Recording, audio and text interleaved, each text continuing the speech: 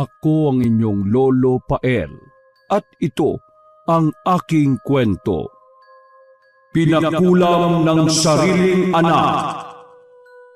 Nay, may papadala po ba kayo? Papunta na po kay tatay mamaya. Mula sa kusina ay lumabas ang kanyang ina.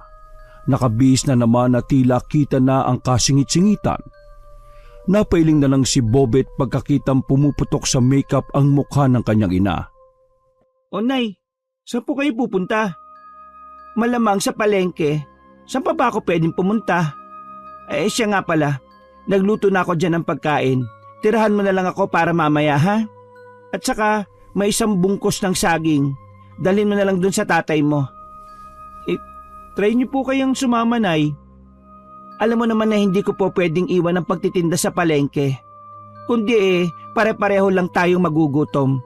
At saka, nakadalaw naman na tayo roon nung nakaraang linggo, di ba? Hindi naman pwedeng palagian, anak.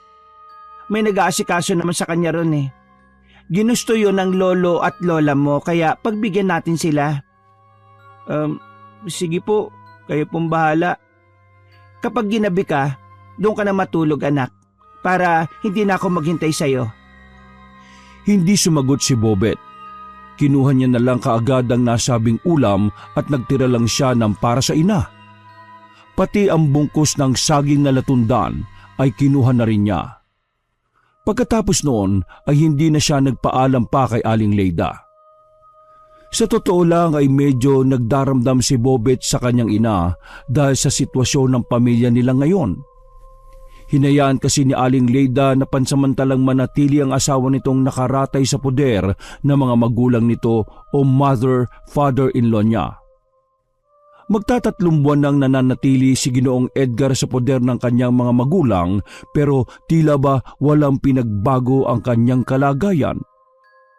Matapos maaksidente at mabaldado ay unti-unting lumala ang kanyang kalagayan.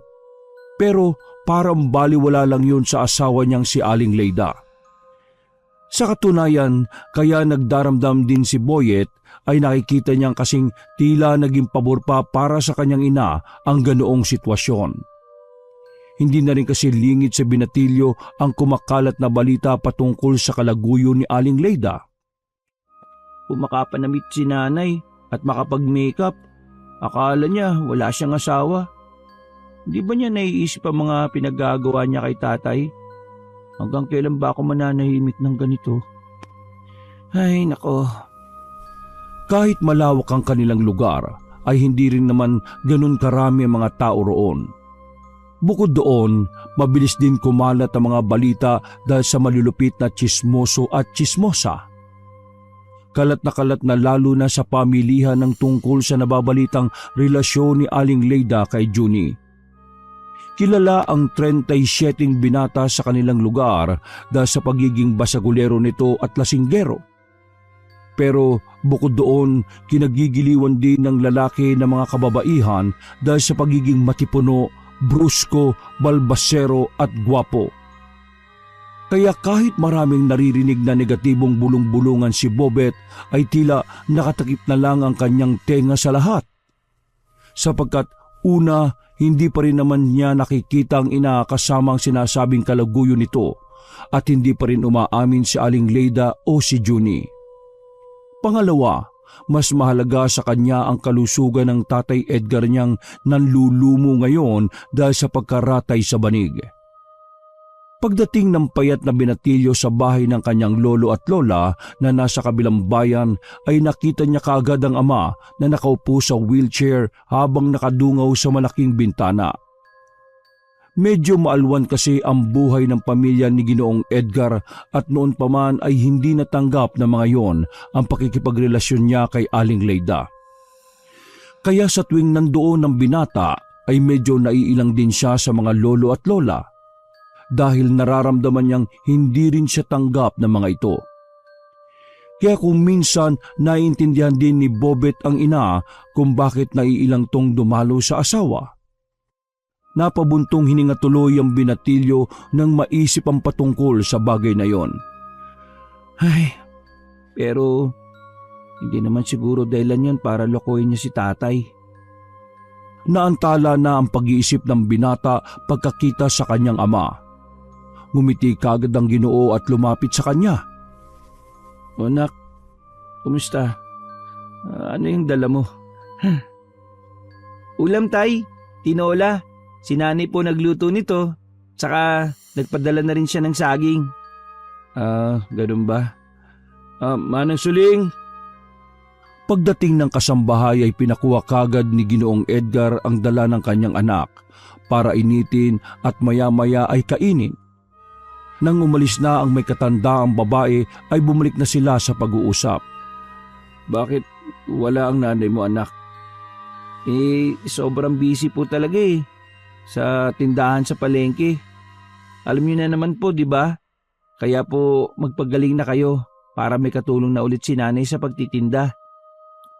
Ngumiti lang ng pilit ang Ginoo habang ang kanyang anak ay pilit na pinagtatakpan ng ina. Marami-rami pa silang napagkwentuhan hanggang sa hindi nila namamalayan ang pagtakbo ng oras. Pasado 9:00 na ng gabi, ay nagdesisyon na ang payat na binata na umuwi sa kanilang bahay. Dito ka na lang matulog. May isa pa namang kwarto dyan, anak Baka abutin ka na ng hating gabi sa biyahe. Naku tay, baka po kasi mapuyat yung si nanay Hindi pa naman po ako nagpaalam sa kanya na dito matutulog. Baka nga kanina pa po nag-aalala yun Ay, sa bagay. O siya, paano? Mag-iingat ka sa biyahe, anak ha. Dalas-dalasan nyo naman yung pagdalaw sa akin para hindi naman ako nalulungkot dito. Sige po, balik na po kasi kayo sa bahay, tay. Hinihintay ko lang na sunduin ako ng nanay mo, anak. Ayaw ko namang maging pabigat sa inyo ng nanay mo. Kung handa na ulit siyang makasama ko, sasama naman ako pabalik Niyakap na lang ng payat na binata ang kanyang ama bago lumabas ng bahay. Hindi na siya nakapagpaalam sa lolo at lola niya sapagkat maagang natulog ang mga yon. Habang bumabiyahe si Bobet pauwi ng bahay ay naisip niya ang ina at ang hinala ng mga tao sa kanilang lugar patungkol dito. Ito talaga ang dahilan kaya kahit gusto na niyang matulog sa bahay ng kanyang lolo at lola ay hindi niya ginawa. Kinukutubang kasi siya sa pwedeng mangyari na hindi nga siya nagkamali. Pasado 10:30 na ng gabi, nang nasa tapat na siya ng kanilang bakuran ay nakita niya si Junie na kumakatok sa pinto ng kanilang bahay. Pagkadaka ay bumukas yun kung saan bumungad si Aling Leyda na abot tenga ang ngiti. Napasandal naman sa isang gilid ang payat na binata at lumapit ng kaunti habang pinakikinggan ng dalawa sa pag-uusap. Nang pinagmamasdan niya ang ina, ay kitang-kita rito ang pagkagiliw habang kaharap ang kalaguyo. Kung ganun, totoo nga talaga. Kaya pala gusto ni nanay na doon ako kina lolo at lola matulog Natigilan na siya sa ibinubulong pagkarinig na magsalita ang bruskong lalaki. Ano? Maaga ba ako? Nag-ayos pa to ng buhok habang ikinikindat-kindat ang mga mata. May dala rin itong 3 piraso ng pulang rosas na kaagad inabot kay Aling Leyda. Para sa'yo, 3 rosas na ang ibig sabihin, mahal kita, Leyda. Napakunot noo ang payat na binata matapos yung marinig, pero mas lalo siyang nakaramdam ng inis pagkakita naman kung paano tumugo ng kanyang ina. Talaga? Mahal mo ko? Oo naman, mahal na mahal. Pero teka, baka gising pa ang anak mo Huwag ka mag-alala. Doon ko siya pinatulog sa bahay ng lolo at lola niya. Kaya kahit mapaaga ayos lang dahil solo natin ang gabing ito. Ano, namiss mo ba ako? Nakaramdam na matinding pagkainis si Bobet pagkakita niyang hinawakan ng ina ang pisngi ng kalaguyo nito. Gusto niyang maiyak at sumigaw subalit pinigilan niya ang sarili kaya maigpit na lang siyang napakuyom ng kamao. Miss na miss. Ikaw ba? Hindi mo ba ako na miss? Mahal kong Leyda. Kasi kung hindi mo naman pala ako na miss, bakit mo pa ako pinapunta? Uwi na nga lang ako. Kung hayaan mo lang akong tumayo rito. Bago pa matapos ng lalaking matipuno ang sinasabi nito, ay hinagkan na siya ng babae. Ikinagulat ito ng gusto ni Bobet pero tila na estatwa naman siya at wala ring nagawa kundi mainis na lang at mapaiyak nang hindi namamalayan habang pinakikinggan kung paano maglambingan ng dalawa na parang walang nasisirang relasyon. Miss na kita. Gusto kitang palaging makasama, no? Sa totoo lang, Junie. Mabuti naman kung ganun. Ako kasi, miss na kita eh. Palagi kitang naiisip. Kung talagang namimiss mo rin ako, bakit di mo pa ako tawagin mahal? Mahal? Sobrang namimiss kita. Ang labi mo, ang katawan mo, ang yakap mo, ang lahat ng sayo, palagi akong nasasabik. Akin ka lang, Leida. Oo, sayo lang ako. Mahal kong Junie at akin ka lang din. Pagkasabing yon ay naghalikan na naman ang dalawa hanggang sa pumasok na sila sa loob ng bahay at nagkandado ng pintuan. Hindi naman makapaniwala si Bobet sa kanyang mga nasaksihan. Sa totoo lang ay hindi niya rin talaga sukat akalain na makakagawa ng ganong klase ng pagtataksil ang kanyang ina. Ang mga luha sa kanyang mga mata ay galit niyang pinunasan habang ang mga kamao ay mahigpit pa ring napapakuyom. Naglakad siya ng tahimik papunta sa tapat ng bahay at binalak niyang kumatok. Kaya lang pinigilan niya ulit ang kanyang sarili. Naisipan niyang tahimik na magmasid sa palibot ng kanilang bahay hanggang matapat siya sa bintana ng silid ng kanyang mga magulang. Mula roon ay tahimik at maingat siyang nagmasid sa milagrong ginagawa ng kanyang ina at ng kalaguyo nito. Nakita niya kung paano nagpaikot-ikot kwarto si Aling Leida at Junie habang nagpapalitan ng halik at halos mabunggo nila ang ilang mga gamit na naroon. Nahulog pa ang picture frame na kung saan magkakasama sa litrato sina Ginoong Edgar, Aling Leida at Bobet na parang isang masayang pamilya. Dahil doon ay saglit na natigilan ng dalawa sa kanilang ginagawang kalaswaan at sabay na napatingin sa picture frame na nahulog at nabasag. Pagkakita roon ng babae ay sinipan niya lang ang nasabing picture frame na nabasag bago sila ulit magpatuloy sa kanilang kahalayan. Hindi maitim ni Bobet ang mga nakita niya at halos masok siya sa sobrang kalaswaan at pagtataksil na ginawa ng kanyang ina. Dahil doon ay hindi niya napigilang masuntok ang bintana kaya napatingin doon ang dalawang gumagawa ng milagro sa kalagitnaan ng malalim na gabi. Mabuti na lang ay kaagad siyang nakaalis sa lugar na yon bago pa siya makita. Pero alam niyang nakita siya ni Junie dahil nagtama pa saglit ang kanilang mga mata. Tumakbo ng tumakbo ang binatilyo hanggang sa mapadpad siya sa bungad ng kakahuyang pinangingilagan ng mga taga roon dahil sa maraming nagsasabing punong-puno ng kababalaghan ang loob nito. Nang ma-realize niya yon ay napaupo na lamang siya sa gilid ng isang puno at doon ay nag-iiyak at nagmukmok ng tuluyan.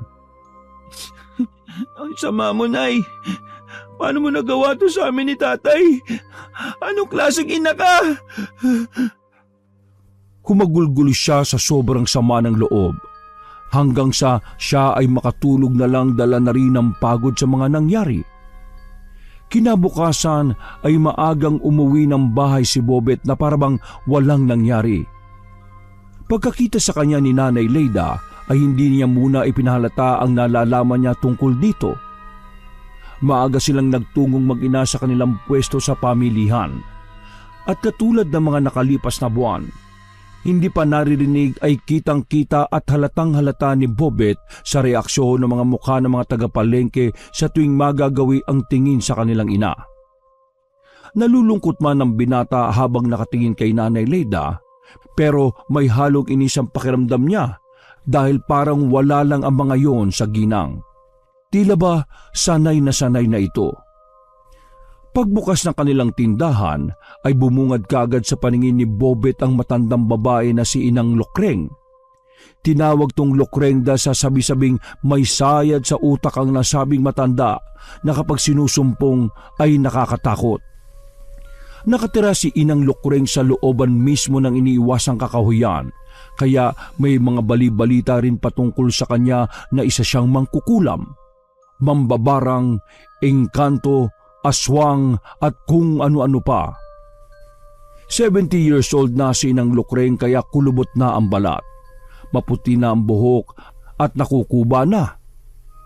Nakatayo siya at nakatingin ng masama kay Bobet dahilan upang makaramdam ng kilabot ang payat na binata. Matagal na panahon na rin kasi bago niya makitang magbukas ng tindahan ng nasabing matandang babae. Anak, bakit mo tinitingnan niyan si Inang Lukreng? Mag-ayos ka na nga rin ng mga paninda. Huwag mo nang pansinin yan. Sige po, Nay. Pumasok na ang payat na binata sa loob at mula roon ay pinagmasdan niya ang ina kung anong gagawin nito. Nagulat pa siya dahil biglang tinanguan ni Aling Leida ang matandang babae. Eksakto naman na dumaan sa area na yon si Junie kaya napaismid na lang si Bebot. Nakita niya kasi kung paanong pasimpleng kumarengking dito ang kanyang ina habang ngumingiti. Ngumiti rin si Junie at kumindat bago lumapit sa tindahan ni Inang Lukreng. Nagpapatulong kasi ang matandang babae sa pag-aayos ng mga paninda na siyang trabaho na matipunong binata sa palengking yon. Nakaramdam ng inis si Bobet pagkakita sa kanyang ina at sa kalaguyo nito na kahit pasimple ay tila lantara na ang ginagawang katarantaduhan. Napadabog tuloy siya nang wala sa oras dahilan para mapabaling ng tingin sa kanya si Aling Leida. Anong problema? Para ka naman nagdadabog, anak. Nahulog lang, Nay. Tinalikuran na niya ang ina at nagpatuloy na sa kanyang ginagawa. Mabilis na lumipas ang oras. Pagsapit ng tanghali kung saan ay nagpapahinga ang karamihan sa pamilihan katulad ni Bobet ay pasimpleng nagpunta si Junie sa kanilang tindahan. Nagulat naman si Aling Leida dahil naiisip niyang baka may makakita lalo na at nandun pa ang kanyang anak na nagtutulog-tulugan lang. Bakit ka napunta rito? Baka may makakita sa mga chismoso-chismosa at saka natutulog ang anak ko sa loob, oh. Sinipat muna nilang dalawa ang nagtutulog-tulugang si Bobet bago nagpatuloy sa kanilang kalandian. Tulog naman ang anak mo eh. Malamang pagod yan. At saka sarado mga tindahan ngayon. Tulog ang mga tao kaya huwag ka mag-alala. Ay naku, pasaway ka talaga. Gusto lang kitang makita eh. Gusto kitang mahalikan ngayon. Dahil doon ay tila lalong kinilig ang malanding babae.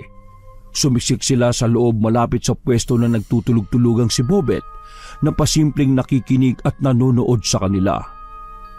Nilingon naman ng babae ang kanyang anak at ang inakala niyang tulog talaga ito ay saka siya muling bumaling sa kalaguyo habang magkadikit ang kanilang mga katawan. Sira ka talaga. Dito talaga. Mamaya magising ang anak ko eh. Hindi na nakapagsalita si Aling Leida sapagkat sinikil na siya ng halik ng matipunong lalaki. Napabuntong hininga naman ng babae habang kabado at puno ng pananabik na tumugon ng halik kay Junie.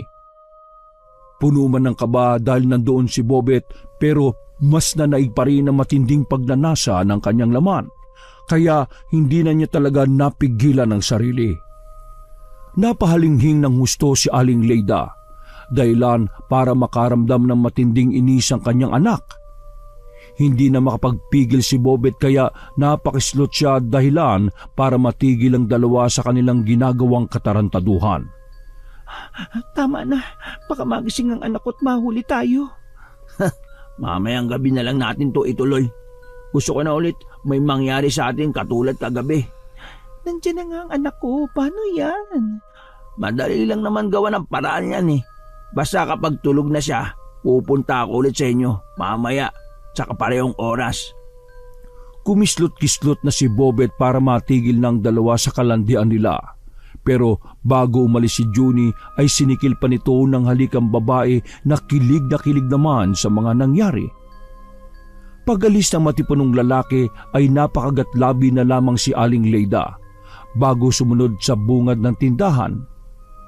Napadilat na si Bobet at sinundan ng tingin ng ina kaya nakita niya si Inang Lukreng mula sa tapat naman ng tindahan nito na nakatitig ng masama sa kanyang ina. Dahil sa tingin na yon ay bigla na lang nangilabot ang katawan ni Bobet. Hindi niya lang maintindihan kung bakit pero parang may kung anong takot ang bigla na lang namuo sa kanyang puso. Umiwas na lang siya ng tingin para hindi magtuloy-tuloy ang takot na nararamdaman hanggang sa marinig niya ng mahinang boses ng kanyang ina. Makatingin naman tong matandang kuba na to. Tche! Mapaklang initian ni Aling Leyda matandang babae bago pumasok sa loob ng kanilang tindahan para magpahinga na rin. Bumalik naman sa pagpikit si Bobet hanggang sa tuluyan na nga rin siyang makatulog ng mahimbing hanggang sa sumapit ang hapon. Pasado 3:30 ng hapon, muling nagbalik ang operasyon ng tindahan hanggang sa pagsapit ng 8:00 ng gabi. Kitang-kita ni Bobet ang tuwa sa mukha ng ina sapagkat marami silang naging benta. Kaya bumili na lang sila ng lechon manok bilang ulam sa hapunan. At pagkatapos kumain ay maagang nag-asikaso si Aling Leyda dahil may sikretong bisita siya mamayang gabi.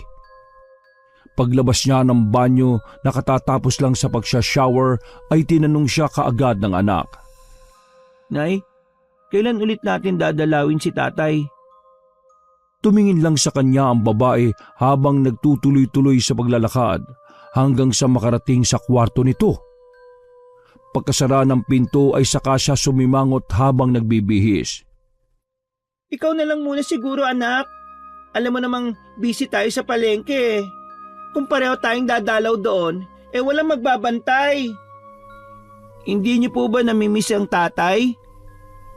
Nagbihis muna ang ginang at paglabas nito ng silid ay saka niya hinarap si Bobet na seryosong nakaupo sa niluluma nilang kawayang sofa. Hindi naman sa hindi ko namimiss ang tatay mo, anak. Miss na miss ko na ang tatay mo sa totoo lang, pero anong magagawa ko? Ang Lolo Alvino at Lola Natasha mo, gusto nilang nandun sa kanila ang tatay mo. Saka alam mo naman kung anong tingin sa atin ng mga yun, hindi ba? Hindi naman lingid sa iyo na mababa lang ang tingin ng mga yun sa akin. Habang pinakikinggan ng ina ay tila ba hindi na magawang maniwala pa ni Bobet sa mga sinasabi nito matapos niyang makumpirma at makita mismo ng dalawang mga mata ang panlolokong ginagawa nito. Kung ako lang gustong gusto kong umuwi na rito ang tatay mo. Miss na miss ko na siya Gustong gusto ko nang mabuo ulit tayong pamilya. Ang kaso, kapag pinagpipilitan kong bawiin at iuwi rito ang tatay mo, baka lalo lang magalit sa akin ang lolo at lola mo. Lalo talaga sila magagalit sa iyo kapag nalaman nila yung mga pinaggagawa mo, Nay. Ano? May sinasabi ka ba, anak? Wala po. Tumayo na ang binata at nagpunta sa kanyang kwarto para doon pag-isipan kung sasabihin niya ba o hindi sa kanyang ama ang ginagawang panloloko sa kanila ng magaling niyang nanay.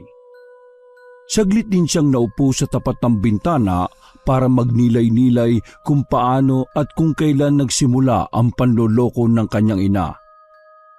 Sa pagkakatanda niya kasi, bago ang aksidente ay maayos naman ang pagsasama ng kanyang mga magulang. Wala siyang nakikitang dahilan para mangabit ang kanyang nanay Leyda. Nang maisip ni Bebot na magkakahiwalay ang kanyang mga magulang kapag sinabi niya sa ama ang nalaman niya ay nakaramdam siya ng lungkot. At kahit na naiinis siya sa ina dahil sa ginagawa nitong mali ay mahal niya pa rin ito. Ilang minuto pa ay saglit siyang lumabas ng silid para uminom ng tubig. Nang nasa kusina na, ay napansin niya sa basurahan ang basag na picture frame. Dinampot niya ito at eksakto namang pagdating din ng kanyang nanay Leyda. Bakit nasa basurahan na to, Nay? Kasi yung picture frame nabasag. Oo, nabasag. Pati yung picture natin. Lalong nagkaroon tuloy ng pagdaramdam ang payat na binata kaya kinuha na lang niya ang picture at naglakad na pabalik sa kanyang kwarto. Nagkulong siya roon at nakatulog habang yakap-yakap ang nasabing larawan ng masaya niyang pamilya. Pagsapit ng 12:00 ng hating gabi, ay napabangon si Bobet mula sa mahimbing na pagkakatulog. Nakarinig kasi siya ng mga pagkatok. Bumangon siya at sinilip yon sa maliit na butas sa pinto ng kanyang kwarto. Doon nakita niya nga ulit ang kalaguyo ni Aling Leida na si Junie. Pansin niyang tila nagdadalawang isip ang kanyang ina na patuloyin ang matipunong lalaki. Pero pinakitaan lang siya nito ng pamatay ng ngiti at nakakaakit na katawan at bumigay na din siya. Nagubad kasi kagad ng damit ang lalaki at nang makita ni Aling Leida magandang hubog ng katawan nitong medyo mabuhok, ay nanaig kagad ang kanyang pagnanasa. Hindi mo ba ako papapasukin, mahal? Huwag ka masyadong maingay. Baka magising ang anak ko. Sabi mo eh. Tara, mahal, ituloy na natin ang naudlot na laban kanina. Excited na talaga akong matikmang kaulit eh. Miss na kita eh. Nang mag-flex ng magandang katawan si Junie, ay napalunoklaway na lang ang malanding babae. Lalo na nang makita niya ang maamo nitong mukha, pati ang tingin at ngiting ng aakit. Para siyang maiihi doon pa lamang. Parang natulala ka na dyan, mahal. Ayaw mo ba? Sabi mo lang para umuwi na lang ako at matulog. Hindi na nakapagpigil si Aling Leida. Siya na ang unang humalik sa lalaking kanina pa siya inaakit-akit. Nagdire-diretso na sila sa loob at pakalabog na sinara ang pinto na tila wala nang pakialam kung may makarinig man o wala. Walang kaabog-abog nga nilang ginawa ang kalaswaan sa mismong sala ng bahay. Halos makagat naman ni Bobet ang labi dahil sa pagpipigil sa galit habang pinagmamasdan ng ina at ang kalaguyo nitong gumagawa ng kamunduhan.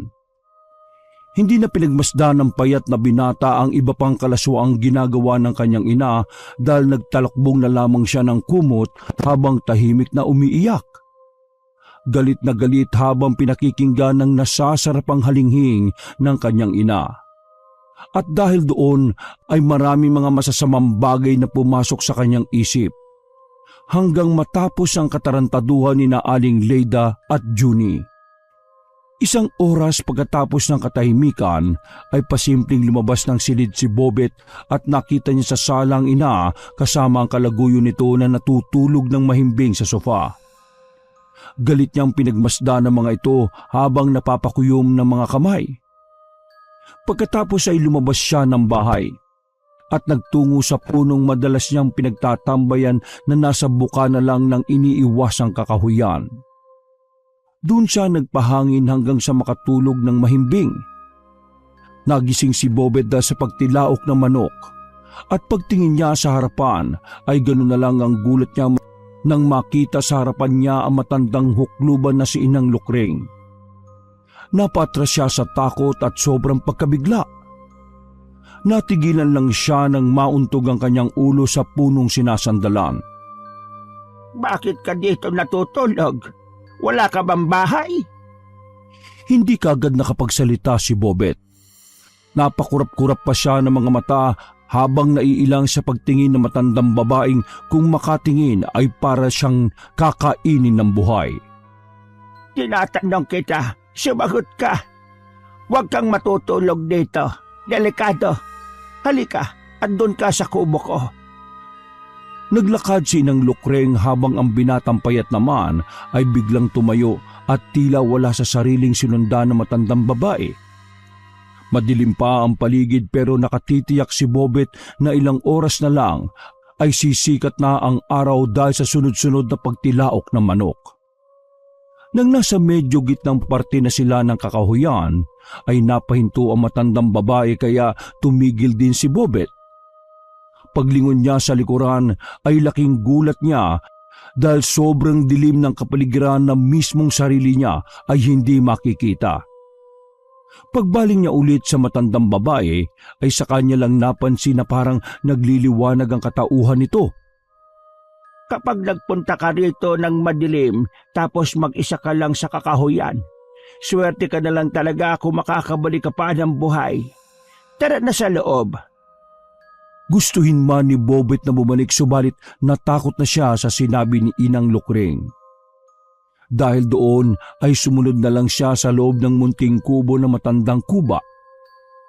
Pagpasok sa loob ay kakaibang aura kaagad ang kanyang naramdaman. May kung anong malamig na presensyang tila lumukob sa kanyang pagkatao pero hindi takot ang kanyang naramdaman kundi kagaanan ng loob. Kapag nandito ka sa loob ng munti kong kubo, lahat ng suliranin at kabigatan ng loob mo ay mawawala. Kaya kung minsan, mas pinipili ko na lang pumarito palagi kaysa magpunta sa palengke. Hindi tumugon ng binatang payat. Inilibot niya lang ang tingin sa kubo kung saan nakita niya ang ilang mga kandila at gasera na nakasindi at nakatirik sa mga bato at bungo ng kung anong hayop. May mga nakita rin siyang garapon na naglalaman ng kung ano-anong likido, dahon at kung ano-ano pa, kaya medyo kinilabutan siya dahil sa iisang naisip na baka totoo nga ang paratang ng mga taga-baryo sa kanya. So, totoo po bang sinabi ng mga taga sa atin tungkol sa iyo? Natutup na niya ang sariling bibig dahil kahit siya mismo ay hindi makapaniwala sa mga nasabing yon. Pero sa halip na magalit ay tumawa lang ang matandang kuba, kaya lalong nagtaka si Bobet. Kung titingnan kasing maigi ay ibang-iba ang itsura ngayon ni Inang Lukring. Ito ang unang pagkakataon na makita niya itong tumawa ng ganon. Sa tuwing nasa palengke kasi ang matandang babae ay parang laging pinagsakluban ng langit at lupa ang pagmumukha nito at napakasama talaga kung makatingin. Kayo po ba talaga si Inang Lukring? Hindi po ba ako namamalikmata? Ako ito, Bobet. Katulad ng sinabi ko sa iyo, kapag nandito ako sa kubong ito, gumagaan ang pakiramdam ko. Kaya nawawala ang pagkabusangot ng mukha ko. Tungkol naman doon sa tanong mo kung tama ba ang hinala ng mga taga rito sa atin, tungkol sa totoo kong pagkatao, ikaw na mismo ang humusga. Paano po kung sabihin kong tama ang hinala namin? Wala naman akong sinabing mali ang mga hinala ng mga taga-baryo tungkol sa akin. Ikaw pa lang naman at ang tatay mo ang nakausap ko ng hindi nakabusangot. Matanong ko lang, anong ginagawa mo sa bukana ng kakahuyan? Gustuhin mang malungkot ni Bobet matapos marinig ang tanong na yon ay hindi niya magawa. Para bang ang gaan-gaan kasi talaga ng pakiramdam niya sa loob ng kubo. May nangyari po kasi. Malamang sinadya ng tadhana na mapunta ka rito sa lugar ko. Alam kong kailangan mo ng tulong dahil nakikita ko rin naman ang mga nangyayari sa paligid ko. Gusto mo bang gumawa ako ng paraan para matapos na ang gumugulo dyan sa isip mo? Hindi kaagad nakaimik ang binatang payat, kaya hindi na siya masyadong pinilit pang magsalita na matandang kuba. Kitang-kita na rin kasi sa mga mata niya na inaantok pa. Kung gusto mong magpahinga magpahinga ka na. Huwag kang mag-alala dahil ito na siguro ang pinakaligtas na lugar sa baryong ito. Walang makakaagaw ng kapayapaan mo rito. Habang pinakikinggan ng boses na matandang kuba, ay unti-unting nakaramdam ng pagbigat ng talukap si Bobet. Pagkatapos noon ay nakatulog na lang siya nang hindi na namamalayan ang mga nangyayari sa paligid. Pagkagising niya ay wala ng ibang tao sa kubo, kaya lumabas siya roon at kaagad naglakad pabalik sa kanilang bahay. Paglabas ng iniiwasang kakahuyan ay saka napagtanto ng binatilyo na tanghaling tapat na pala. Tirik na kasi ang araw pagtingin niya sa kalangitan. Wala siyang naabutan pag-uwi niya ng kanilang bahay. Alam niya kasing nasa palengke na si Aling Leyda at nagtitinda habang nakikipagharutan na naman sa kalaguyo nito. Nagpahinga muna siya saglit hanggang sa maisipan niyang magpunta sa kanyang tatay na nasa kabilang baryo. Kitang-kitang tuwa sa mukha ni Ginoong Edgar nang makita ang kanyang anak kahit pa mahahalata rin na kulang ang ngiti nito dahil wala ang kanyang asawa. Wala na naman ang nanay mo? Pasensya na tay, hindi talaga maisingit ni nanay eh. Pabawi na lang daw po siya next week.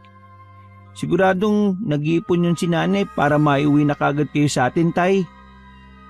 Kung ano-ano na lang ang idinahilan ni Bobet sa kanyang tatay para lang gumaan ang loob ng Ginoo. Kahit alam naman niya sa sarili na walang ginagawang hakbang ang kanyang ina dahil nahuhumaling na to ng husto sa kalaguyo. Mabuti na lang nalibang niya pa rin si Ginoong Edgar at hindi nila namalayan ang pagtakbo ng oras. Marami silang napag-usapan hanggang sa matapik nila si Inang Lukring. Naipasok kasi yun ng Ginoo sa usapan ng hindi sinasadya. Ay, tay, speaking of Inang Lukring, magkakilala po ba kayo? Kasi nabanggit ka niya sa akin eh. Nabanggit?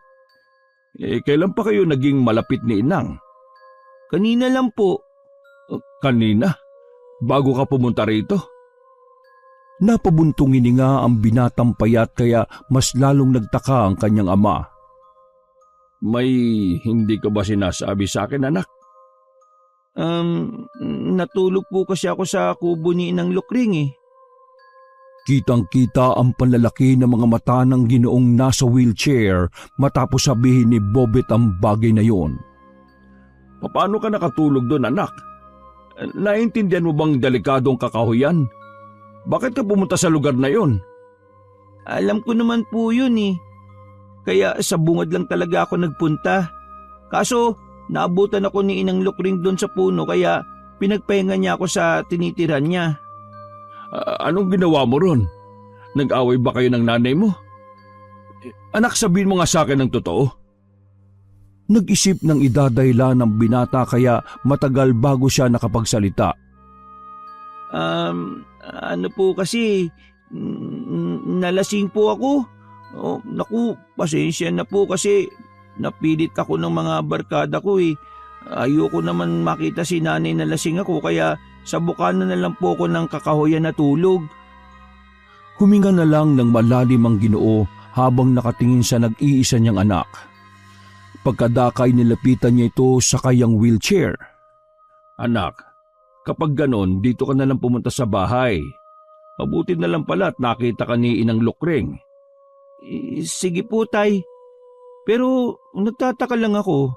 Bakit po sa gitna siya ng kakahuyan nakatira? At saka bakit niya hinahayaan ng mga tao na husgahan siya?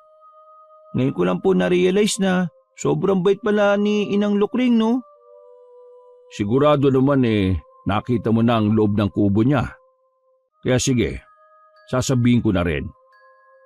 Isang mabuting mangkukulam si Inang Lukring. At kaya siya nandun sa kakahuyan para bantayan ng mga taong pumapasok doon. Para hindi sila maligaw ng mga masasamang elemento o kung anumang nananahan doon. Nananahan? Oo. Punong-puno ng kababalaghan ng kakahuyan na yon kaya kahit dati pa, bibihira ang taong naglalakas loob na pumunta roon. Kaya sana ito nang huli na maririnig ko sa iyo na nagpunta ka roon, ha? Paano na lang kung wala si Inang Lukring? Sige po tay, pasensya na po talaga. Pagkatapos ng mahaba pa nilang pag-uusap ay pasado 5:30 na ng hapon. Pagkatapos magmeryenda ay nagpaalam na ang binatang payat sa kanyang ama. Ganon din sa lolo at lola niya. Pagdating niya sa palengke, sa pwesto nila ay naabutan niyang malungkot ang ina. Tumingin muna siya sa katapat na tindahan kung saan naabutan niya si Inang Lukring na pasimpleng ngumiti sa kanya, tsaka bumalik sa pagsimangot ng mukha habang kaharap ang mga bumibili. Nang magbalik siya ng tingin sa ina ay hindi pa rin natiis ng binata na tanungin to kahit na naiinis siya rito. Nay, okay lang po ba kayo? Ayos lang anak. Papasok lang ako sa loob saglit ha. Ikaw na munang bahala magbenta. Opo, Nay. Sinundan na lang niya ng tingin ng inang malungkot habang nagtataka kung bakit. Ano kaya nangyari? Naantala na lang siya dahil sunod-sunod na ang dumating na customer nila hanggang sa sumapit na ang 8:00 ng gabi. Nang nasa bahay na sila, pagkatapos kumain ay tahimik pa rin si Aling Leida at malungkot. Pero hindi na lang siya inabala ng binata dahil baka magalit pa. Habang naghuhugas ng plato ay nauna nang nagpaalam ang kanyang ina na matutulog at binili na lang sa kanya ang pagkandado ng mga pinto at bintana nila. Mukhang magkaaway si nanay pati yung hayop na Junie na yun ah. Sana magtuloy-tuloy na. Hindi pa man niya halos natatapos ang pagsasalita ay mayroon nang kumatok ng malakas sa kanilang pintuan. Tumigil siya sa paghuhugas at nagtungo sa sala pero nauna na sa kanya si Aling Leida na magbukas ng pinto. Doon ay tumambad sa kanilang mag-ina ang mukhang nanghahapo na si Junie. Tulong mahal, nangihina ako. Nang mahawakan ni Leida ang kanyang kalaguyo ay inaapoy ito ng lagnat. Nang mapayakap to sa kanya ay eksakto na rin na bigla na lang tumirik ang mga mata nito. Sa taranta ni Aling Leida, hindi rin alam kung anong gagawin kaya dumaus-us sila pareho at natumba sa sahig. Napatingin siya bigla kay Bobet na sa kanya lang din napansin. Magpapaliwanag ako anak, Bobet, pero pwede bang tulungan mo muna kami? Ako pa talaga? Nay, ako ang patutulungin mo sa taong yan? Natigilan na ang binatang payat sa pagsasalita sapagkat umiyak na sa kanyang harapan ang ina. Naghalo tuloy ang inis at awa na naramdaman niya para dito kaya hindi na lang din nakaimik ang binata. Nak, please naman tulong. Tumawag ka ng tricycle. Baka kumapano si Junie. Mas inuna mo pang asikasuhin ng taong yan kaysa kay tatay? Pagkasabing yun ay umiiyak na lumabas ng bahay si Bobet at tumakbo palayo. Hindi na niya inintindi ang iba pang sinasabi ng kanyang ina. Pero nang makita siya ng tricycle ay sinabihan na niya kagad to pero hindi na siya sumama. Nagpatuloy siya sa pagtakbo hanggang sa mapadpad sa bukana ng iniilagang kakahuyan. Habang nakatingin sa kadiliman noon ay muling sumagi sa isip niya ang sinabi ng baldadong ama. Punong-puno ng kababalaghan ng kakahuyan na iyon kaya kahit dati pa, bibihira ang taong naglalakas loob na pumunta roon. Kaya sana ito na ang huli na maririnig ko sa iyo na magpupunta ka roon ha. Paano na lang kung wala si Inang Lucre? Sorry, tay. Tumakbo siya papasok sa madilim na kakahuyan hanggang sa kahit ang sarili ay hindi na niya makita. Nagsumiksik na lang siya sa isang sulok at doon umiyak dahil sa sama ng loob. Inang Lucreng! Inang Lucreng! Mula sa hindi kalayuan sa madilim na kakahuyan ay unti-unting may sumulpot na maliit na liwanag. Sinundan niyo ng mga yabag galing sa kung saan at nang patingin si Bobet sa pinanggagalingan ng ingay ay napatanga siya pagkakita sa matandang babaeng kuba. Kanina pa kita hinihintay, Bobet. Naglakad ang dalawa hanggang marating nila ang tirahan ng matandang babae. Pagpasok doon ay naramdaman kagad ng binata ang kaginhawaan, kaya malumanay siyang napaupo sa isang gilid habang ang ginang naman ay kumukuha ng maiinom niya. Inumin mo itong tsaa na kinatas ko sa halamang gamot na kulitis. Maganda to sa pakiramdam. Ginawa nga kaagad ng binata ang sinabi sa kanya at nang matapos na ay mas lalo siyang nakaramdam ng kaginhawaan.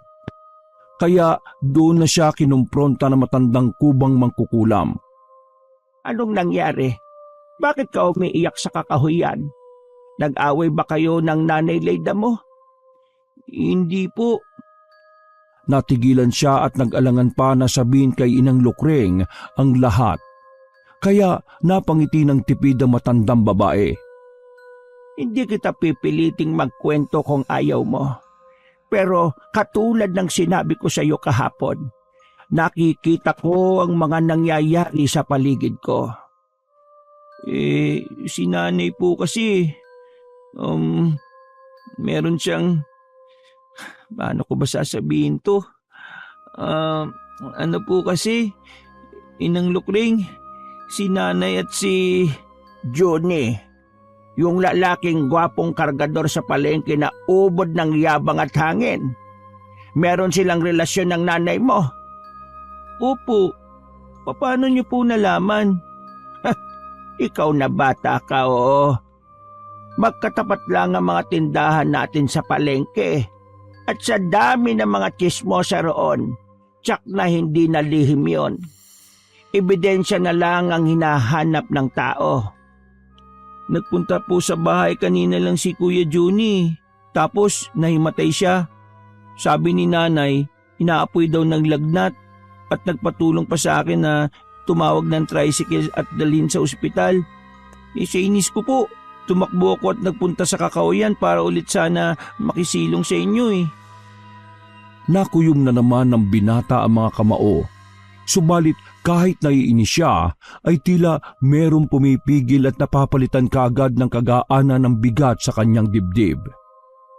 Ano bang pakiramdam mo ngayon? Naiinis po ko. Galit na galit ako kay nanay, lalo na sa Juni na yon. Pero bakit parang ang gaan-gaan pa rin ang pakiramdam ko ngayon? Dahil po ba to sa tsaa? Hindi ba sinabi ko na sa'yo na kapag nandito ka sa kubo, puro kagaan ng loob lang ang mararamdaman mo? Kabaligtaran kapag nandiyan ka sa labas ng kakahuyan, lalo na kapag kumagat na ang dilim. Ay teka, may ba tayo? Ano bang gusto mong gawin? Po? Dahil malapit sa akin ang iyong tatay, sinimulan ko ng bigyan ng leksyon ng taong sumisira ng inyong pamilya. Kung ganun, kayo po ang dahilan kung bakit masama ang pakiramdam ni Kuya Juni? Oo, at dahil malapit ka rin sa akin, hindi ko naman magagawang bigyan ng leksyon ng nanay Leyda mo. Pero kung desidido ka na, sabihin mo lang at isang palipad hangin ko lang, maabot na ng sumpa ang nanay mo. Matagal na nag-isip ang binatang payat dahil nag-aalangan din siya at nakukonsensya. Pero nang maisip niya na labis na masasaktan si Tatay Edgar ay napatayo siya at tumarap kay Inang Lukring. Walang salitang lumabas sa bibig niya kundi pagtango. Kaya naman ngumiti ng tipid ang matandang mangkukulam bago nagsimulang magbigkas ng mga salitang nagpatayo ng mga balahibo ni Bobet. Pagkarinig doon ng binata ay bigla na lang siyang napaupo sapagkat ang ginhawang nararamdaman niya kanina ay bigla na lang nawala sa isang iglap. Bumigat ang paligid at tila nilukuban sila na matinding kadiliman. Sinundan niyo ng paghangin ng malakas na nagmumula galing sa labas ng kubo. Nang dumampi na ang hangin sa balat ni Bobet ay tumriple ang kilabot na nararamdaman niya, kaya napahimas siya sa magkabilang braso. Nagpatuloy naman si Inang Lukring sa pagbibigkas ng mga orasyon nito habang hinihiwaan ng matulis na bagay ang sariling palad. Inang, ano pong ginagawa niyo? Hindi na niya natuloy ang pagsasalita dahil nagpatuloy na ang matandang mangkukulam sa ginagawang ritual. Pagtulo ng mga dugo sa sahig ay mas lumakas ang hangin. Mas lumamig din ang paligid hanggang sa sunod-sunod nang mamatay ang mga nakasinding kandila at gasera sa iba't ibang sulok ng kubo. Umugong din na tila ba may kung anong presensyang nagpapaligid-ligid sa kanila kaya hindi mapakali si Bobet. Tahimik siyang nagmamasid na halata na sa reaksyon ng pagmumukha ang matinding pangamba. Sa tanang buhay niya ay ngayon lang siya nakaranas ng ganoong klase ng takot. Para tuloy siyang nalulunod lalo na nang magsimula nang gumapang ang takot na yon. Simula sa talampakan hanggang sa mamuuna ito sa kanyang batok. Nagsimulang bumilis ang tibok ng kanyang puso. Hanggang sa hindi na rin niya alam ang gagawin kaya kumapit na lang siya ng mahigpit sa inuupuan habang nakapikit at hinihintay na matapos sa matandang mangkukulam sa kung anumang ginagawa nito. Nagpatuloy ang matanda sa pagdarasal ng Latin. Umuyog ang kinauupuan ni Bobet kaya mas sumigpit ang pagkakahawak niya rito habang nakapikit at nagsasalita. Ano ba tong nangyayari? Sana matapos na to. Patuloy pa rin si Inang Lukring sa pagbabanggit ng ritual. Mas lumakas ang ugong na kanilang narinig at mas bubigat ang kapaligiran pagkatapos noon ay tuluyang namatay ang lahat ng nagbibigay liwanag sa kubo. Yumanig din ang paligid at makalipas lang ng ilang minuto ay biglang nawala ang lahat ng ingay. Tila binalot sila ng katahimikan kasabay ng biglang pagsindi ulit ng mga kandila at gasera. Pwede ka nang dumilat, Bobet. Marahan na nagmulat ng mga mata ang binatang payat na punong-puno ng kaba sa dibdib dahil sa nangyari. Ano pong nangyari, Inang Lukring? Pwede ka nang matulog at bukas malalaman mo ang sagot sa tanong mo. Hindi na umimik si Bobet sapagkat muling nanumbalik ang magaan na pakiramdam sa buong kubo. Pagkatapos noon ay bigla na lang ulit bumigat ang kanyang talukap hanggang sa hindi na niya na naman namalayang nakatulog na siya ng mahimbing. Kinabukasan, katulad ng nakaraang araw, wala na si Inang Lukring pagkagising niya. Pagtingin sa lamiseta ay may nakalatag na roon na tsaan ng kulitis para sa kanya. Kaya ininom naman niya kagad yon bago umalis sa lugar na yon. Pag-uwi ng bahay ay hindi niya naabutan ng ina, kaya dumiretso siya sa palengke subalit wala rin to roon. Sarado ang kanilang tindahan, maging ang katapat na tindahan na pagmamay-ari ng Inang Lukring.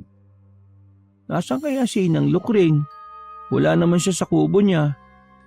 Si nanay din kaya? Natigilan na siya sa pagsasalita matapos mapansin ng ilang tindero at tindera na nakatingin sa kanya habang pasimpleng nagbubulungan. Dahil doon ay nagmadali na lang siyang umalis sa lugar na yon, hanggang sa mabalitaan na nga niya sa ilang mga osisero at osisera na nasa ospital ang kanyang ina kasama ang kalaguyo nito. Hindi alam ni Bobet kung ipapaalam na ba niya sa ama ang tungkol sa pagluloko ng kanyang ina. Kaya bumalik siya saglit sa kanilang bahay para makapag-isip-isip. Ano na, Bobet? Pupunta ka ba sa tatay mo at sasabihin ng lahat-lahat? O wag muna? Ay nako, nasa kaya si Inang Lukring? Bahala na nga. Ang nauna niya na lang naisip gawin ay puntahan ang sinasabing ospital kung saan dinala si Junie. Gusto niya kasing makita kung ano na rin ang lagay nito. Makalipas ang ilang minuto, pagdating sa ospital ay nalaman niya kung saang ward naka-admit ang kalaguyo ng kanyang ina. Pagdating doon ay hindi rin niya inaasahan ang makikita. Teka, bakit pareho silang nakahiga sa hospital bed? Eksaktong pagkasabi niya noon ay biglang kinumbulsyon ng nanay niyang walang malay. Pagkakita niya rito ay bigla siyang natulala, lalo na nang bumula ng husto ang bibig ni Aling Leyda. Para siyang naistatwa sa kinatatayuan at tinutulungan ng ilang nurse ang kanyang ina, ay nakatingin lang siya na parang lutang na lutang dahil sa mga nangyayari. Saka na lang may biglang pumasok sa kanyang utak patungkol sa nangyari kagabi. Naalala niya ang mga sinabi ni Inang Lukring na pagbibigay ng leksyon sa kanyang ina at sa kalaguyo nito. Nakulam ko ang sarili kong nanay. Naantala na lang siya nang mabunggo ng isang nurse na tutulong din sa matinding pagbula ng bibig ni Aling Leyda. Pagkatapos noon ay napalingon naman siya kay Junie dahil bigla na lang tong tinakpan ng puting kumot sa hindi niya maintindihang dahilan. Napatunong tuloy siya sa isipan sa hindi rin malamang kadahilanan. Anong nangyari kay Kuya Junie? Sa kanya lang napagtanto kung ano ang nangyari kay Junie nang isa-isang inalis ng mga nurse na naroon ang ilang kagamitan nito, bago ilipat sa isang stretcher. Patay na si Kuya Junie? Pagkalabas ng patay na katawan ni Juni sa ward na yon ay nabaling siya ulit sa ina na tumigil na sa pagbula ng bibig dahil sa naagapan ng mga nurse na naroon. Tiningnan siya ng isang babae at tinanong kung kaano-ano niya si Leyda. Nanay ko po siya eh. Ano pong nangyari kay nanay? Halata sa nanginginig niyang boses sa matinding takot na nararamdaman para sa kalagayan ng kanyang ina. Hindi niya rin kasi sukat akalain na ganun katindi ang tinutukoy na leksyon ni Inang Lukring. Ang mas ikinabahala pa ni Bobet ay baka sapitin din ni Aling Leyda ang katulad ng sinapit ni Juni. At nang marinig niya ang positibong tugon ng nurse ay guminhawa kahit papaano ang kanyang pakiramdam. Pero hindi pa rin siya nagpakampante sapagkat hindi pa rin daw ligtas si Aling Leyda dahil sa hindi pa rin natutukoy kung ano ang totoong findings nito. Doon niya naisip si Tatay Edgar, kaya lang ay hindi naman niya po pwedeng iwan ng mag-isa ang ina sa ganoong kalagayan. Akong may sala nito eh. Pinakulam ko si nanay. Hindi ko alam na ganito pala katindi ang leksyon na sinasabi ni Inang Lukring. At makalipas ang ilang minuto ay dumating na ulit ang manggagamot. Sa dami ng sinabi nito ay wala na halos maintindihan si Bobet, dala na rin sa kaguluhan ng pag-iisip dahil sa nangyari kay Aling Leyda na kagagawan niya mismo. Kaya pagsapit pasado 12:00 ng tanghali, ay pinakiusapan niya ang nurse na bantayan si Aling Leyda dahil pupuntahan niya ang kanyang amang naka-wheelchair lang din. Dahil sa awa, kaya pumayag na rin ang mga manggagamot. Mabilis na lumipas ang oras. Bago puntahan ng binata si Tatay Edgar ay hinagilap niya muna ang matandang mangkukulam, subalit katulad kanina, bigo rin siyang makita ito. Kahit pa pinuntahan na niya sa kakahuyan. Pasado 3:30 nang marating niya ang bahay ng ama at pagdating doon ay nakita niya ang wheelchair sa sala pero wala roon si Ginoong Edgar. Pagkakita niya kay Manang Suling ay nilapitan niya kagad ito at kinumpronta kung nasaan ang kanyang tatay. Nasaan po si tatay, Manang Suling? Pinasunod siya ng matandang kasambahay sa isang silid na nasa pinakababa ng kanilang bahay. At mula sa tapat ng pintong nakasara ay iniwan na siya ni Manang Suling. Nang mawala na sa paningin niya ang kasambahay, ay saka niya ibinaling ang tingin sa nakasarang pinto. Napakunot-noo siya na punong-puno ng pagtataka. Ito kasi ang unang pagkakataon niya na makarating sa lugar na yon magmula nang mapuntahan niya ang magaram bahay na yon. May kwarto pala silang ganito. Sabi ni Manang Suling, kumatok na lang daw ako bago pumasok eh. Ano kaya ang ginagawa ni tatay rito? At saka, bakit nandun sa sala yung wheelchair niya? Naglakad na ang binatang payat at kumatok ng 3 beses sa nakasarang pinto. Pagkarinig niya sa mahinang boses ng ama mula sa silid na nagsabing tuloy ay ipinitan niya ang doorknob at marahang binuksan ang pinto. Nakita niya ang ama na nakaupo at tumiinom ng kung ano mula sa tasang hawak nito. Pamilyar sa kanya ang amoy na yon, kaya napakunot-noo siya kasunod ng paglingon ni Ginoong Edgar sa kanya. Tay, tsaan ng kulitis ba yan? Oo anak, halika rito, maupo ka. May kailangan tayong pag-usapan. Dali-dali ngang umupo ang binata at nagtatakang pinagmasdan ng kanyang tatay.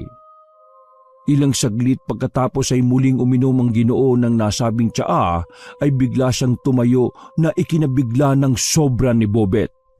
Ha? Tay, paanong nakakalakad na kayo? Ang tanong ko muna ang sagutin mo. Hindi ba't sinabi ko sa iyo na huwag ka nang pupunta sa mapanganib na kakahuyan? Bakit hindi mo pinakinggan ang sinabi ko?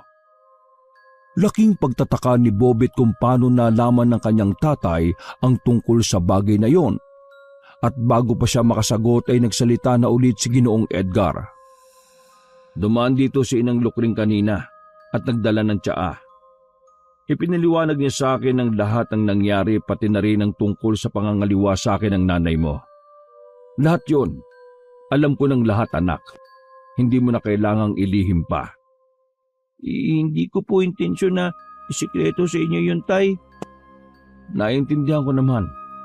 At nagalit din ako sa kanya dahil sa kanyang ginawa, pero may magagawa ba ako kung yun na ang gusto ng nanay mo? Hindi na nakaimik pa ang binata dahil hindi na rin niya naman alam ang sasabihin. Pagkatapos noon ay marahang lumakad ang Ginoo, pero napaupo rin ito kaagad na tila nahihirapan pa. Ito ang resulta ng ginawa mo, anak.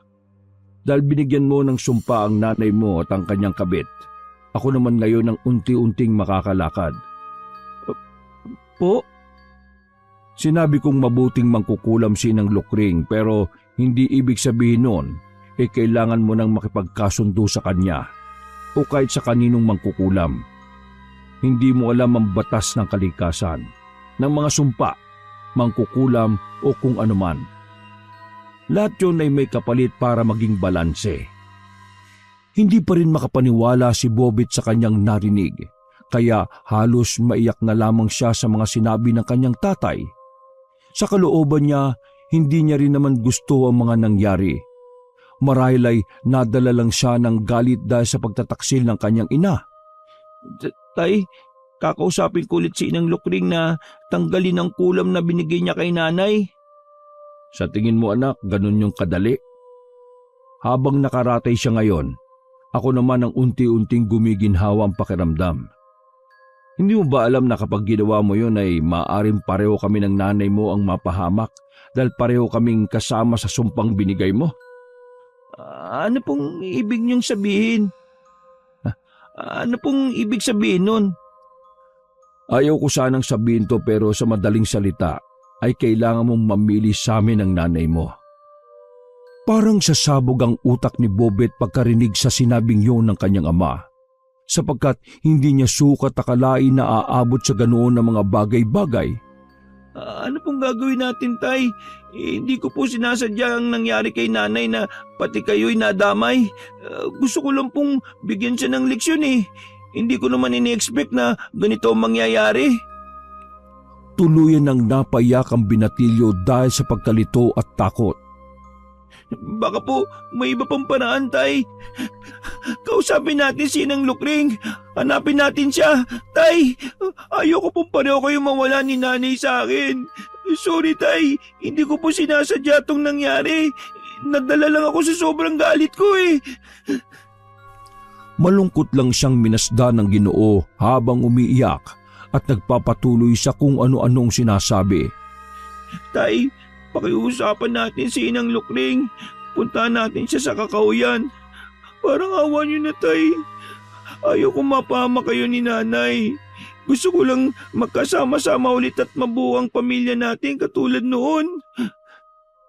Puno ng awang nilapitan ng Ginoo ang kanyang ama at niyakap ng maigpit, kaya mas lalo tong napahagulgol sa pag-iyak.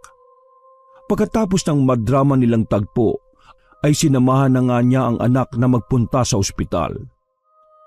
Nag-wheelchair pa rin si Ginoong Edgar sapagkat ayaw nilang magtaka ang mga tao kapag nakitang nakakalakad na kagad siya. Nang nasa loob pa ng ward, ay pinagmasdan na mag-ama si Aling Leyda na gising na rin at pansamantalang pinapakain ng nurse. Pagkakita ng ginang sa kanyang mag-ama ay bigla siyang naiyak. Kinuha naman ni Bobit ang pagkain at pinakausapan ng nurse na siya na ang magpapakain noon. Hindi ko alam kung anong nangyari. Bigla na lang akong nanghina at sumama ang pakiramdam pagkatapos kong dalhin dito si... Alam ko na ang lahat ng tungkol sa inyo ng kabit mo. Hindi nakapagsalita si Aling Leyda dahil sa pagkagulat. Habang umiiyak ay napatingin lang siya sa kanyang anak. Hindi ang anak mo, kundi isang malapit na taong nagsabi sa akin. Patawad, Edgar. Hindi ko sinasadya. Hindi mo kailangang humingi ng tawad, lalo na kung sinadya mo ang isang bagay na paulit-ulit mong ginawa. Huwag mo ring sabihin na hindi mo sinadya ang bagay na yon, dahil alam mong sa sarili mong gusto mo ang mga nangyayari. Pero hindi ako galit o nagtatanim ng sama ng loob laban sa iyo. Sadyang hindi ko pa alam kung paano ka patatawarin siya ngayon. Umiyak na lang ng umiyak ang ginang habang pinagmamasdan lang siya ng mag-ama. At kahit gaano ang nangyari ay awang-awa pa rin si Bobit sa ina kaya niyakap niya ito ng mahigpit. Dahil sa ginawa mo, naudyukan mo ang anak natin na gumawa ng mga bagay na hindi maganda. Ito ang resulta ng ginawa mo. Ang buong pamilya mo ang nahihirapan. Kung ako lang ang tatanungin, gusto na lang kitang pabayaan katulad ng ginawa mo sa akin eh. Pero para sa anak natin, nandito ako. Pero katulad ng sinabi ko kanina, sadyang hindi ko pa alam kung paano ka patatawarin sa ngayon. Naintindihan ko. Sorry sa inyo. Anak, sorry sa iyo. Wala nang nagsalita sa kanila pagkatapos ng pag-uusap na yon. At makalipas ang ilang pang minuto nang makatulog na ang ginang, ay muling nagpaalam ang mag-ama sa nurse sapagkat may kailangan silang gawin. Mabuti na lang at pumayag ang naatasan nilang nurse dahil sinabihan to ni Ginoong Edgar na magdadagdag na lang ng ekstrang bayad. Pasado 10:00 ng hating gabi, nagtungo ang mag-ama sa iniiwasang kakahuyan. Gumamit ng flashlight ang dalawa hanggang sa makarating sila sa kalagitnaan ng kakahuyan kung saan naroon ang munting kubo ni Aling Lukring. Tay, pagod na po ba kayo? Medyo anak. Saglit lang Magpapahinga lang ako saglit. Hinayaan muna ni Bobit na magpahinga sa tabing puno ang kanyang ama hanggang sa mag-andap-andap ang dala nilang flashlight. Mabuti na lang ay lumabas na si Inang Lukring sa kanyang kubo. Madali kayo rito sa loob. Huwag kayong magtatagal dito sa labas kapag ganitong oras. Wala na ngang inaksayang oras sa mag-ama. Sumunod sila sa matandang mangkukulam hanggang makapasok sa kubo. Guminhawa kagad ang pakiramdam nila pagkapasok sa loob. Tila ba lahat ng pagod ay bigla na lang nawala kaya nakapagpahinga ng maayos si Ginoong Edgar. Sa tingin mo, hindi ko alam ang pakay ninyo. Sinabi ko na sa iyo kanina, hindi ba Edgar, na hindi basta-basta ang pagbabawi ng sumpa o kulam. Dahil una, maaari itong bumalik ng doble sa nagbigay ng sumpa na siguradong ikapapahamak niya. Nagulat ng gusto si Bobit nang malaman niya yon. Hindi niya kasi talaga alam na ganoon ang consequence ng kanyang ginawa. Maari pala siyang mapahamak kung nagkataon. Pangalawa, pwedeng hindi pa rin umepekto ang pagbawi at mas lalong lumala ang sitwasyon ng pinagbigyan ng sumpa at ang mga kadikit nito. Inang, parang awa niyo na po. Bawiin niyo na po ang sumpa. Wala na akong paki kung bumalik sa akin ng triple o mapahamak ako. Gusto ko lang maligtas sa mga magulang ko at magkaayos ulit sila. Huwag kang tanga, bata. Kung mapapahamak ka lang din, paano pa mabubuo ang pamilya mo?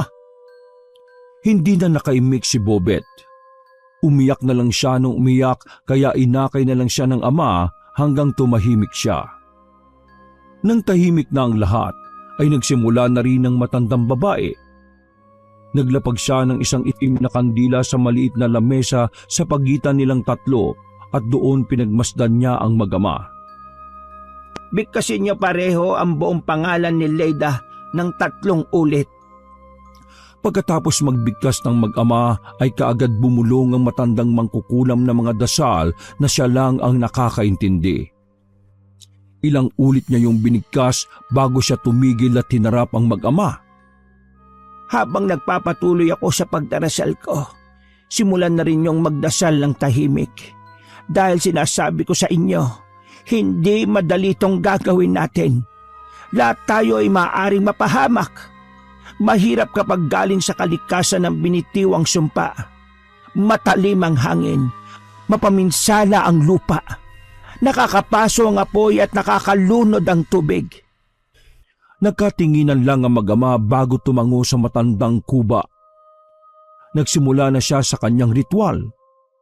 Nagwika na siya ng panibagong orasyon. Nagsimula naman pumikit at magdasal sina Ginoong Edgar at Bobet katulad ng bilin sa kanila.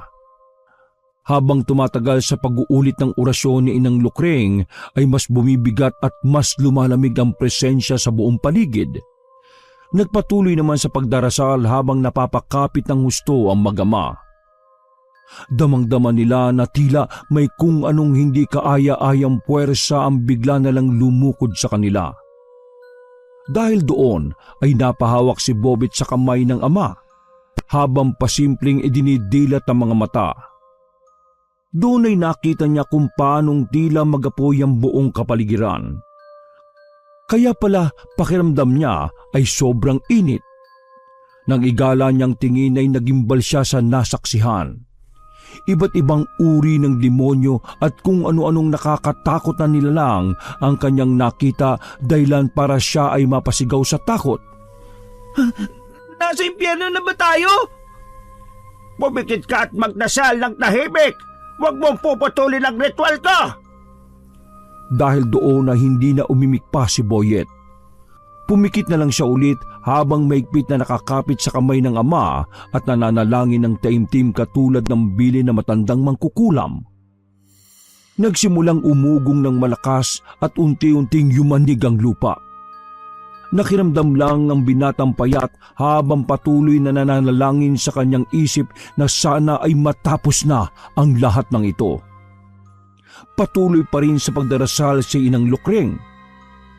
Ilang saglit pa ay nawala rin bigla ang mga ingay. Para bang kinain sila ng katahimikan na kahit ang ingay ng mga kuliglig mula sa labas ng kubo ay hindi nila maririnig. Kahit ang ihip ng hangin ay para rin tumigil sa loob ng silid. Nanatiling walang nagsasalita at gumagalaw sa kanila. Gusto rin sanang idilat ni Bobet ang mga mata para tingnan kung ano ang nangyayari kaya lang ay natatakot siyang baka makita na naman niya ang malaimpyernong lugar na nakita niya kanina. Mas lalong uminit ang pakiramdam nila sa pananahimik na yon. Hanggang sa biglang umihip ang hangin mula sa pinto at bintana dahilan para mamatay ang lahat ng mga kandila na nagbibigay ninga sa buong silid. Mas trumiple ang lamig at bigat na nararamdaman ng mag-ama. Uminit din ang kapaligiran na para silang inaapuyan at pagkatapos noon ay nakarinig sila ng mga ingay. Iba't ibang klase ng kaluskos mula sa palibot ng kubo. Tumagal ang mga yon ng ilang minuto bago tuluyang nawala. Magpatuloy kayo sa panalangin at kahit anong mangyari ay wag na wag kayong didilat hanggang sa hindi ko sinasabi. Pagkatapos sabihin niyo na matanda ay nagpatak ulit to ng dugo niya sa sahig, kasunod ng isa-isang pagsindi sa kandilang itim na namatay. Nang masindihan na ay nagsimula ulit siyang magdasal ng mga salitang siya lang ang nakakaintindi. Nagimbal sila lahat ng biglang yumanig ng malakas ang buong paligid. Dahilan upang maglaglagan ng mga bagay-bagay at iba pang gamit ng matandang mangkukulam. Namatay ang iba pang nagsisilbi nilang liwanag kaya tuluyan silang nilamon ng kadiliman. Pagkatapos noon ay isang nakakapangilabot na tinig ang kanilang narinig.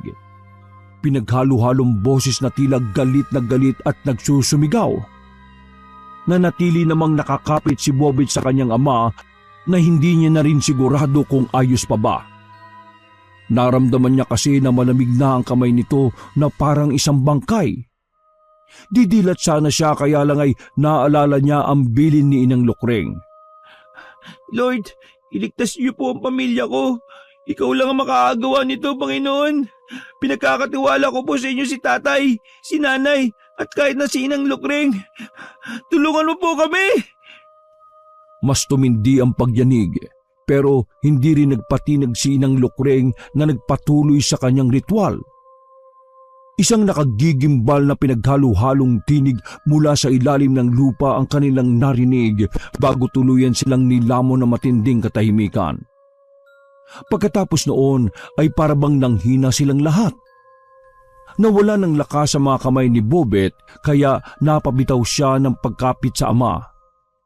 Pagdilat ay nakita niyang tila lantang gulay na si Ginoong Edgar habang naglalaway. Nag-alala siya ng husto at sinubukang hawakan ng kanyang tatay subalit hinang-hina siya.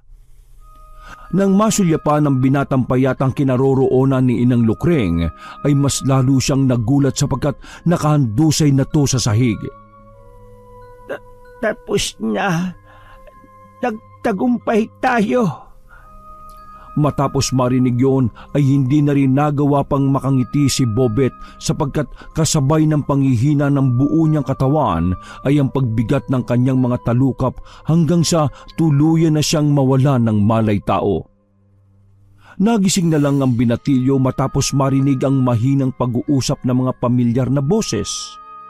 Nang unti-unting luminaw ang kanyang paningin ay naaninag niya ang ama pati si Aling Lukring na masayang nag-uusap. Nagising ka na pala anak. Inumin mo tong kulitis para guminhawa ka agad ang pakiramdam mo. Ininom nga niya kaagad ang nasabing tsaa. At nang bumuti na ang kanyang pakiramdam, ay pinaliwanag nga ng dalawa na naresolba na nila ang lahat. Kaagad silang nagtungo sa ospital at ganun na lang ang tuwa ni Bobet pagkakita sa ina na ayos na ito. Nakaligtas ang ina sa sumpang si Bobet mismo ang humiling.